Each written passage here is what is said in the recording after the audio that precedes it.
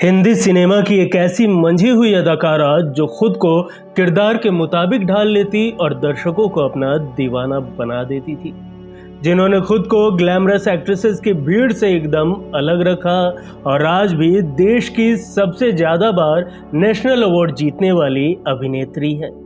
एक ऐसी अभिनेत्री जिन्होंने कमर्शियल सिनेमा के साथ साथ आर्ट फिल्मों में भी बखूब काम किया और इंडियन सिनेमा की सफल एक्ट्रेसेस की लिस्ट में सबसे ऊंचा मकाम बनाया। लेकिन क्या आप जानते हैं कि जब दक्षिण अफ्रीका के राष्ट्रपति रहे नेल्सन मंडेला ने इन्हें किस किया तो पूरे भारत में बवाल मच गया था। क्या आप यकीन करेंगे कि एक फिल्म के लिए बाल मुड़वाने और एक अभिनेत्री के साथ किसिंग और हॉट सीन देने के चलते ये खूब विवादों में रही और आलोचनाओं का शिकार भी हुआ। लोगों की परवाह किए बिना एक डायरेक्टर के साथ 7 साल तक लिव इन रिलेशन में रहने के बाद क्यों यह अभिनेत्री अपने इस प्रेमी से जुदा हो गई? क्यों इन पर एक शादीशुदा औरत का घर तोड़ने का आरोप लगा? आखिर कितने लोगों के साथ रहा इस अभिनेत्री का अफेयर और क्या है एक शादीशुदा मर्द के साथ इनके प्रेम की कहानी? तो क्यों कभी सुसाइड करने तो कभी कॉफी बेचने को हुई मजबूर? जानेंगे शबाना आजमी की जिंदगी से जुड़ी और भी कई गहरे राज। आप बने रहिए हमारे साथ। नमस्कार, आप देख रहे हैं की मीडिया। दोस्तों, आज के किस्सों के सफर में हम बात कर रहे हैं एक दमदार अभिनेत्री शबाना आजमी की। दोस्तों, शबाना आजमी एक ऐसी अदाकारा है जिनकी पर्सनल और प्रोफेशनल लाइफ दोनों ही विवादों में रही। दोस्तों, इस एपिसोड में हम शबाना आजमी से जुड़ी उन अनसुने किस्सों की चर्चा कर रहे हैं जिसे शायद ही आपने सुना हो। तो चलिए शुरू करते हैं आज के किस्सों का सफर। लेकिन उससे पहले अगर अभी तक आपने इस चैनल को सब्सक्राइब नहीं किया है तो प्लीज सब्सक्राइब कर ले। 18 सितंबर 1950 को हैदराबाद में शायर कैफी आजमी और नामी थिएटर आर्टिस्ट शौकत आजमी के घर शबाना का जन्म हुआ। जन्म के कुछ समय बाद ही कैफी आजमी परिवार के साथ मुंबई शिफ्ट हो गए। वे एक कम्युनिस्ट पार्टी के सदस्य थे। कैफी आजमी अपने काम को लेकर बहुत सीरियस थे। शायरी और पार्टी के काम में ही पूरा वक्त बिता देते। परिवार 8 कमरों के घर में एक कमरे में रहता था, बाकी 7 कमरों में अलग अलग फैमिली रहती थी। कमाई का कोई बड़ा जरिया नहीं था। लेखनी से जो भी पैसा वो कमाते सारा पार्टी के वेलफेयर फंड में जमा कर देते। इसके बदले पार्टी उन्हें सिर्फ 40 रुपए दे दिया करती थी। इन पैसों से परिवार चलाना मुश्किल होता था, लेकिन इसके बावजूद वो पूरे परिवार का ध्यान रखते थे। एक बार घर पर मां शौकत आजमी के परिवार वाले आ रहे थे।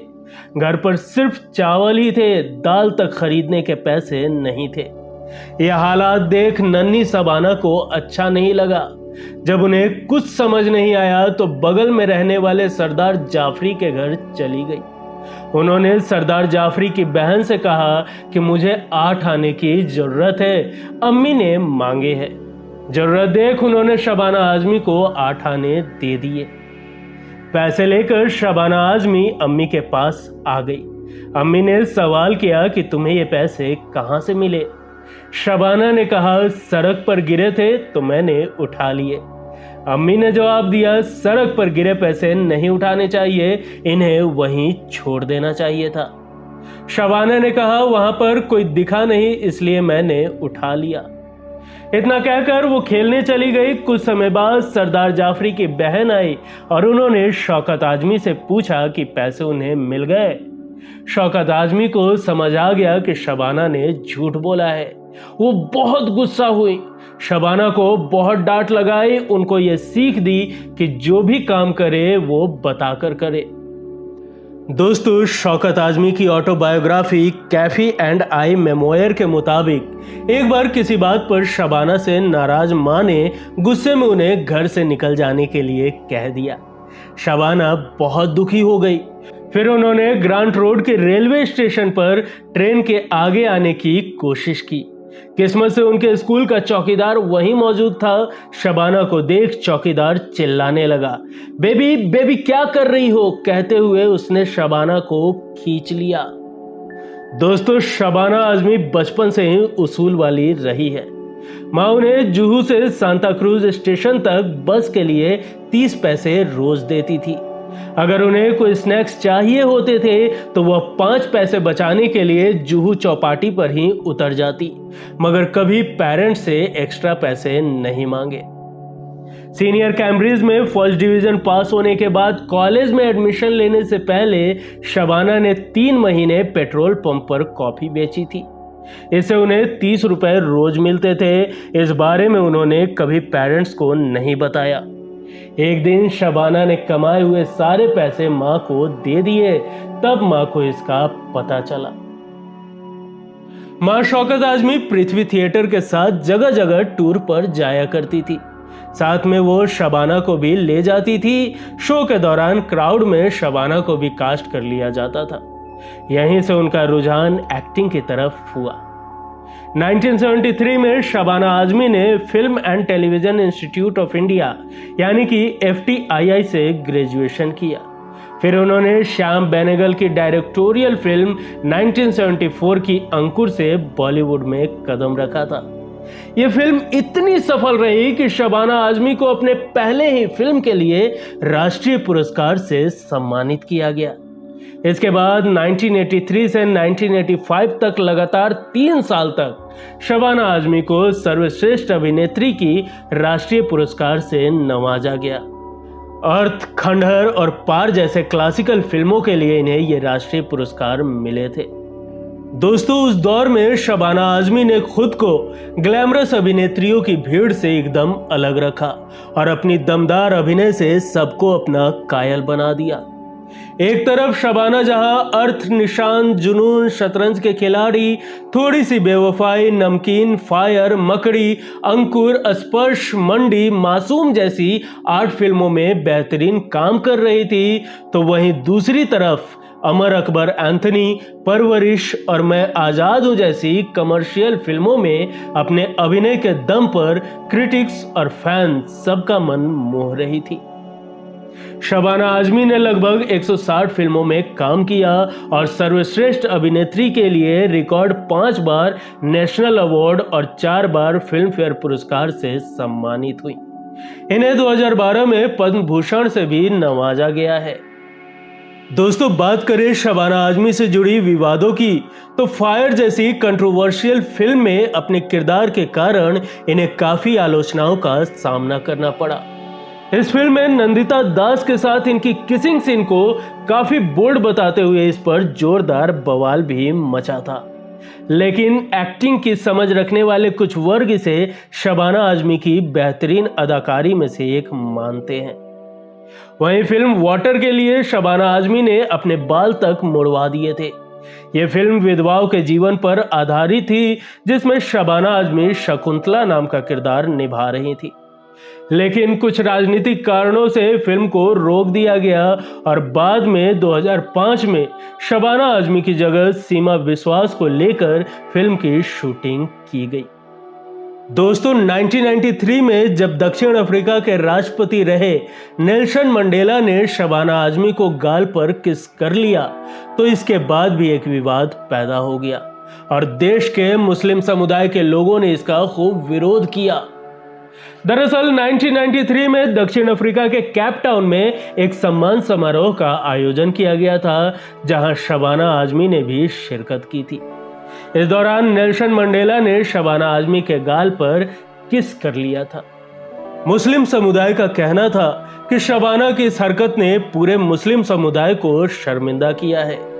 वहीं इन सब के अलावा शबाना आजमी अपने निजी रिश्तों को लेकर भी खूब विवादों में रही, जिसमें सबसे बड़ा विवाद रहा शादीशुदा जावेद अख्तर से उनका प्रेम और शादी। लेकिन शबाना आजमी के दिल में लेखक जावेद अख्तर के आने से पहले भी कुछ लोगों ने दस्तक दी थी। दोस्तों, 2004 में एक इंटरव्यू के दौरान शबाना आजमी ने यह माना था कि उन्हें शशि कपूर पर क्रश था। शबाना आजमी ने कहा था कि शशि कपूर और उनकी पत्नी जेनिफर हमारे फैमिली फ्रेंड थे। पृथ्वीराज कपूर मेरे पेरेंट्स के पड़ोस में रहते थे और हर रविवार जब शशि कपूर पापा से मिलने आते तो मैं उनके साइन के लिए एक फोटो खरीद लेती थी। जब मैं 1976 की फिल्म फकीरा के लिए उनके साथ सेलेक्ट हुई तो घबराई हुई थी। वो बहुत बड़े हीरो थे। शशि कपूर और जेनिफर ने मुझे खूबसूरत बनाया। दोस्तों, कुछ मीडिया रिपोर्ट्स की माने तो शबाना आजमी ने साल 1974 में अभिनेता बेंजामिन गिलानी से सगाई की थी। वो थिएटर और टीवी आर्टिस्ट थे, लेकिन ये रिश्ता ज्यादा समय तक नहीं चल पाया और दोनों ने सगाई तोड़ ली। इसके बाद शबाना आजमी का दिल निर्देशक शेखर कपूर पर आया। दोनों के अफेयर की खबरें आए दिन मीडिया की सुर्खियां बनने लगी। फिल्मी मैगजीन के मुताबिक ये दोनों दुनिया की परवाह किए बिना लिव इन में रहने लगे। हालांकि उस वक्त बॉलीवुड में इतना खुलापन नहीं था, जिस कारण इनके रिश्ते की खूब आलोचना भी हुई। लेकिन इस प्रेमी जोड़े को इस बात से कोई फर्क नहीं पड़ा और ये दोनों तकरीबन 7 साल तक साथ रहे। शबाना आजमी ने फिल्म कैंपियन को दिए एक इंटरव्यू में यह बात कबूल की थी कि वो कई साल तक बैंडिट क्वीन जैसी फिल्मों के डायरेक्टर शेखर कपूर के साथ रिलेशनशिप में रही हैं। उनका ब्रेकअप भी आपसी सहमति से हुआ था। शबाना ने यह भी कहा था कि जब उनका ब्रेकअप हो गया तब भी उन्होंने शेखर के साथ एक फिल्म की थी। इसके डायरेक्टर शेखर कपूर थे और उनकी पत्नी मेधा उन्हें असिस्ट कर रही थी। शेखर कपूर से ब्रेकअप के बाद शबाना आजमी अपने माता पिता के साथ आकर रहने लगी और इसी दौरान इनकी मुलाकात हुई मशहूर गीतकार और स्क्रिप्ट राइटर जावेद अख्तर से। दरअसल उस वक्त जावेद अख्तर कैफी आजमी के शागिर्द हुआ करते थे और उनसे शायरी सीखने के लिए शबाना के घर आया करते थे। एक इंटरव्यू में शबाना आजमी कहती हैं कि जावेद अक्सर अब्बा के पास पोएट्री लेकर आते थे और सलाह लेते थे। जब मैंने उन्हें जाना तो वो कुछ मजाकिया, अच्छे जानकार और कई मायनों में अब्बा के जैसे लगे। यही वजह थी कि मैं उनके प्रति अट्रैक्ट होने लगी। मुलाकातों का सिलसिला बढ़ता गया और दोस्ती प्यार में कब बदल गई, दोनों में से किसी को पता ही नहीं चला। लेकिन जाहिर है कि यह रिश्ता जायज नहीं कहा जा सकता था, क्योंकि जावेद अख्तर पहले से शादीशुदा थे और 2 बच्चों के पिता थे। वो शबाना से 10 साल बड़े थे और 7 साल पहले ही जानी मानी एक्ट्रेस और राइटर हनी ईरानी से लव मैरिज शादी की थी। इस कारण से दोनों ने कई बार ब्रेकअप करने की भी कोशिश की, लेकिन इश्क जब परवान चढ़ जाए तो कहां कोई बंधन इसे रोक सकता है। ना चाहते हुए भी इश्क का ये रोग इन्हें मिलने से रोक नहीं पाता था। शबाना आजमी के माता पिता को जब ये बात पता चली तो वो भी बहुत नाराज हुए। शबाना की मां तो ये सुनते ही आग बबूला हो गई। उन्हें शादीशुदा और 2 बच्चों के पिता से अपनी बेटी की शादी हरगिज मंजूर नहीं थी। साथ ही वो नहीं चाहती थी कि शबाना पर एक औरत का घर तोड़ने का इल्जाम लगे। लेकिन शबाना तो इश्क में गिरफ्तार थी। इधर हनी ईरानी को जब अपने पति जावेद अख्तर और शबाना आजमी के अफेयर की बात पता चली तो दोनों में शबाना को लेकर झगड़े होने लगे। आए दिन होने वाले झगड़ों से तंग आकर हनी ईरानी ने एक दिन जावेद अख्तर को अपनी शादी के बंधन से आजाद कर दिया। 7 साल के प्यार भरे इस रिश्ते पर फुल स्टॉप लगाते हुए हनी ईरानी अपने दोनों बच्चे फरहान और जोया अख्तर के साथ अलग रहने लगी और जावेद अख्तर को तलाक दे दिया। इसके बाद शबाना आजमी और जावेद अख्तर ने 9 दिसंबर 1984 को निकाह कर लिया। हालांकि जावेद अख्तर से अलग होने के बाद हनी ईरानी को काफ़ी तकलीफ़ों का सामना करना पड़ा, लेकिन कुछ मशक्क़त के बाद उनका स्क्रिप्ट राइटिंग का करियर चल पड़ा और वो अपने बच्चों को बखूबी पालने भी लगी थी। दोस्तों, शबाना आजमी और जावेद अख्तर की कोई संतान नहीं है। इस पर बात करते हुए शबाना आजमी ने एक इंटरव्यू में बताया था कि वो बच्चा तो चाहती थी, लेकिन कुछ मेडिकल प्रॉब्लम की वजह से ऐसा नहीं हो पाया। खैर, समय बीता और आज सभी गिले शिकवे भूलकर जावेद अख्तर के दोनों बच्चे फरहान अख्तर और जोया अख्तर ने शबाना आजमी को अपना लिया और अब सभी हर फैमिली फंक्शन में एक साथ नजर आते हैं। दोस्तों, शबाना आजमी इन दिनों सोशल मीडिया पर काफ़ी एक्टिव रहती हैं और अपने विचार बेहद बेबाकी के साथ शेयर भी करती हैं। दोस्तों, शबाना आजमी के किस्सों के सफ़र में आज के लिए यहीं तक। शबाना जी की कौन सी फिल्म आपको बेहद पसंद है, हमें कमेंट कर जरूर बताएं। दोस्तों, अगर आपको आज का ये एपिसोड पसंद आया हो तो एक लाइक जरूर करें। मिलेंगे अगले एपिसोड में फिर किसी दिलचस्प किस्सों के साथ। तब तक के लिए नमस्कार।